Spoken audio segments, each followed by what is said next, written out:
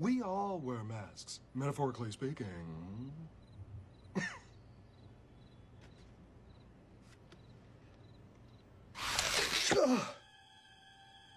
Yeah, right. Jim Carrey was never just a comedian. He was performing something bigger. Bigger than slapstick, bigger than box office numbers, bigger than characters we thought we knew. Somewhere along the way, Jim Carrey stopped playing characters and started talking about reality. I don't exist, so they're all characters that I've played, including Jim Carrey, including Joel Barish, including any of those things. They're all characters. Jim Carrey was a less intentional character, right, because I thought I was just building something that people would like, but it was a character. I played the guy that was free from concern so that people who watched me would be free from concern. Jim Carrey later admitted that Truman Show wasn't just another role, it haunted him. Because here's the thing, Truman doesn't fight back with anger or rebellion. He doesn't smash things or storm out. He escapes through awareness. Awareness is quiet, awareness is subtle, and that's the moment Jim Carrey started questioning more than just his character, maybe even the world he was living in. Let me ask you, why do you think that Truman has never come close to discovering the true nature of his world until now? We accept the reality of the world with which we're presented. It's as simple as that. Please welcome two-time Golden Globe winner, Jim Carrey. Thank you. I am two-time Golden Globe winner, Jim Carrey. You know, when I go to sleep at night, I'm not just a guy going to sleep. I'm two-time Golden Globe winner, Jim Carrey, going to get some well-needed shut-eye. At first it sounds like a harmless joke, the crowd laughs, and you laugh along as well. But if you listen closer, he's mocking Hollywood itself. Status, fame, the invisible rules of the game. That's not just comedy, that's not performance, that's ego death. It's him saying, I'm done pretending the system defines me. I don't exist inside your boxes. Check this clip out. It's fine. I just, you know, there's no meaning to any of this. So I wanted to find the most meaningless thing that I could come to and join, and here I am. They're celebrating. I mean, you got to admit, it's completely meaningless. Well, they say they're celebrating icons inside. Celebrating Do you believe icons, in icons? boy, that is just the absolute lowest aiming, you know, possibility that we could come up with. It's like icons. What do you believe in icons? I don't believe in personalities. I don't believe that you exist, but there is a wonderful fragrance in the air. You don't believe certain icons have the power to make change, to think differently, to be bold, to inspire others? Artistry, you're one of them. On the good foot. Ha! Yeah. You shut it down now. Yeah, no, I don't believe in icons. I don't believe in personalities. I believe that peace lies beyond personality, beyond invention and disguise, beyond the red S that you wear on your chest that makes bullets bounce off. I believe that it's deeper than that. I believe we're a field of energy dancing for itself. And I don't care. But Jim, you got really dressed up. So this is one transition.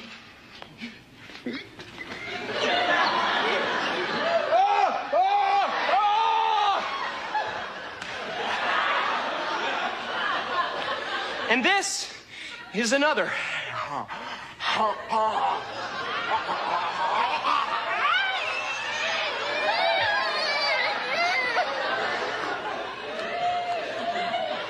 But this, my friends, is my favorite transition of all.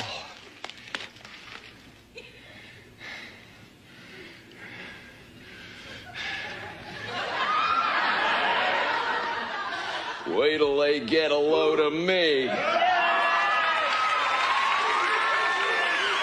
Look at him here, in the 90s. In Living Color wasn't just comedy. It was Jim Carrey fully alive, unfiltered and unapologetic. This was the last time we really saw him as his authentic self before Hollywood started putting rules, boxes, and expectations around him. Notice how free he is. Every gesture, every exaggeration, it's him, not a role, not a mask, just Jim. And that freedom is something he spent years trying to reclaim. Talk show hosts, people on television, people in sitcoms have been hired by the government to throw you off the track, to distract you, to make you laugh and stuff like that, make you happy and docile so you don't know what's really going on. You know, and they get out there in the woods in a circle naked and they decide these things and, you know, and you know, look at him trying to come it up. It's hilarious, hilarious. And, you know, and I'm sick of, hold on a second. You know what they're trying to do? Who? This thing is buzzing. Hold on. They're trying to turn us into, you know, consumer drones of some sort. Hold on. I just got to get this. And, yeah. Yeah, listen, I'm in the middle of blowing the lid off some...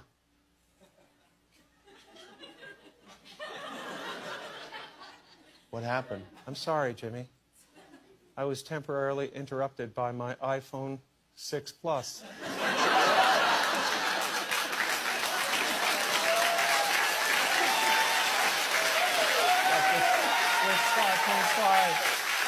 That's a big one, huh? 5.5 heads-up HD display.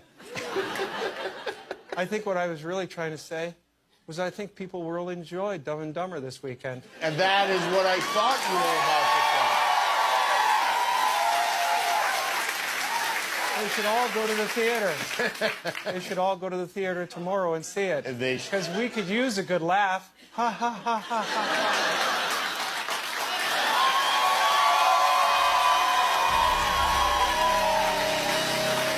Notice the pattern. Every time he speaks truth, people laugh. It's not because he's funny. Laughter is a defense mechanism. Discomfort disguised as humor, and Carrey knows it.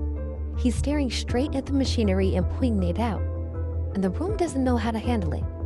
By the way, that last clip had fake laugh tracks because production knew he wasn't lying. I act because I'm broken in a lot of pieces, and acting gives me a chance to reconfigure those pieces into 1,000 different things that are positive for people to watch. Every trauma, and I could, you know, build a ladder to the stars with the things that have happened or the things that I've had to endure, but they've all turned into something really creative. You know, the worst injury I've ever had, I went to the art studio and I made a painting.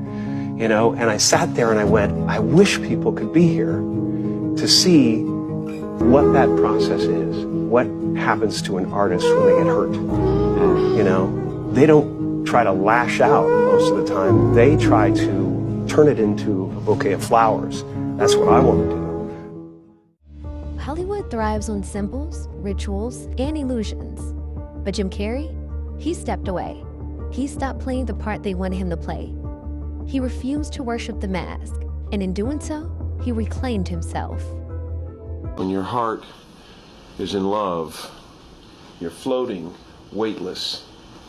But when you lose that love, you have to re-enter the atmosphere. And it can get pretty rough.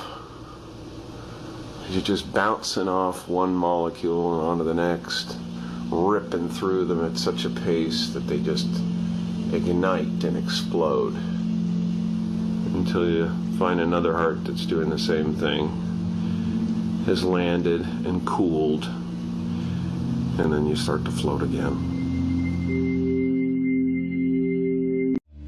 Jim Carrey didn't lose his mind. He exited the set.